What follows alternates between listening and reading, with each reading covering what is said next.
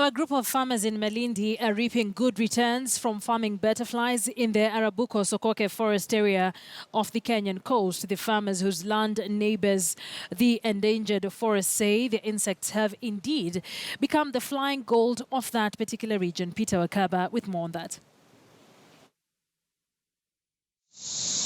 It is early Monday morning as the sun rises over this semi-arid part of Malindi County. Under the morning sun, a dozen farmers stream into the Gede butterfly house in Malindi sub-county, carrying buckets containing butterfly pupae ready for sorting. One of these is Mama Tumaini Henry, who is just one among over 7,000 farmers living adjacent to the Arabuko Sokoke forest that have dropped their traditional ways of earning a living and turned to butterfly farming. Ukulima wa kipepeo umebadilisha maisha. Umebadilisha maisha kwa vile tupata pesa na kulipia watoto, school fees, hata na mahitaji mengine madogo wala tumia hizi. Each farmer who arrives here goes to the Butterfly House Center with their different pupae for counting, sorting and packaging, ready to be exported to the USA and Europe. We join them at the sorting table in disbelief as they empty the tiny creatures still glued into their pods and wonder how they can be worth so much and change and touch so many lives. As every farmer empties her bucket, I keenly follow Mama Tumaini, who is from Ngamani village within Kilifi North Sub-County and who has brought pupae from her group members. Pata pesa kama hivi za leo, nimepata pesa nzuri sana. Wana kuchukua pesa, nenda kugawanya wenzangu. Kila mmoja anaangalia mwenyewe kwa ile pepa kama amepata ngapi. She is joined by staff at Kipepeo Butterfly Project in counting the different packed pupae belonging to her members, and after recording today's collection, she moves to the next office for payment of the previous week's delivery of the pupae.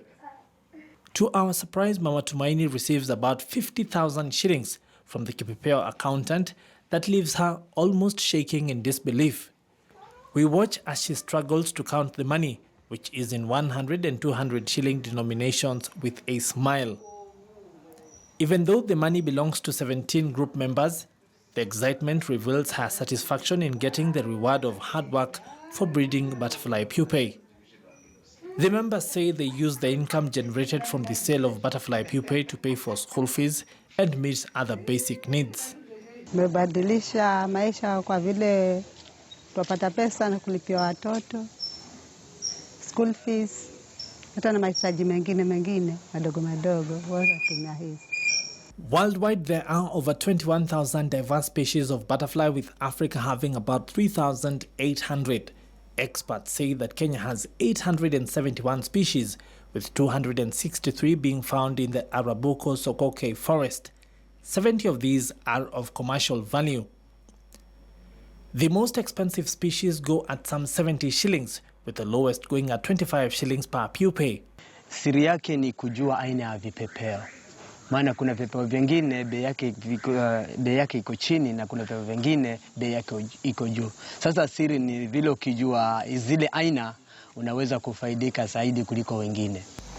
Normally, the butterfly farmers supply pupae every Monday and Friday and are paid weekly. With a hard-working farmer getting between 15 and 20,000 shillings per week, the project has indeed changed their lives. The Kipepeo project is administered by the East Africa Natural History Society in partnership with the National Museums of Kenya to help the community take part in conservation and benefit from the forest. Hussein Aden is a research scientist from the National Museums of Kenya and the Kipepeo Butterfly Project manager. He says the project started way back in 1993 with the objective of improving community livelihoods for those living adjacent to the Arabuko Sokoke forest, and then win the support of local communities towards conservation of the forest area. The sustainability part of it is that the community are guaranteed of sustainable market being done by the National Museums of Kenya. Their main work is just to breed and bring the products to Kipepeo. From January to December, we pay them at the end of the year, that is in January, where cumulatively we pay the farmer those 15 shillings that have been deducted from the farmers. The farmers were trained on basic skills on how to breed and rear butterflies, level host plants of different species, and how to establish butterfly breeding cages within their farms. Unazalisha mali nyingi kwa wingi sana, lakini kinachoenda kule nje ni kichache. Kwa hivyo ikawa mapato ni duni, mali tunatoa kwa wingi, lakini mapato ni madogo. Lakini kufikia mwaka huu wa 2017 twamshukuru Mungu sana. Manake tumepata masoko kiasi cha kwamba tuna matumaini makubwa mwaka huu. Katana Charo is the chairman of the Mukongani Matsangoni Kipepeo farmers who are among the key beneficiaries of the project. He says they have been in the kipepeo farming business for the past 24 years. Poanza huu mradi ile elimu ilikuwa ndogo, lakini kufikia wakati huu elimu imepanuka sana sana sana. Tumejua aina nyingi za vipepeo pamoja na miti yao. Charo says they started the project with the aim of conserving the Arabuko Sokoke forest. Due to the demand of the kipepeo and the awareness campaign in the areas adjacent, most locals now depend on the project for their livelihoods. A similar story is told by Bernard Iha from Mija Madaoni, who heads a group of 7 farmers. Their work is to go inside the forest and hunt for butterflies, confine them in cages, await the breeding that takes 3 to 4 weeks for the butterfly eggs to grow to larvae, and then pupae, which he brings to Kipepeo house for sale. Tumepata kama 30 au mara nyingine 40, yategemea kila mwaka vile juhudi yetu. The success story can now be felt in the villages both near and far, where lives are being transformed in an arid and semi-arid area where in the past, farmers relied on unpredictable rainfall to cultivate their crops. Tangu anze huu mradi tunaona kwamba wengi tumetulia na tunaona tunafanya kazi vizuri.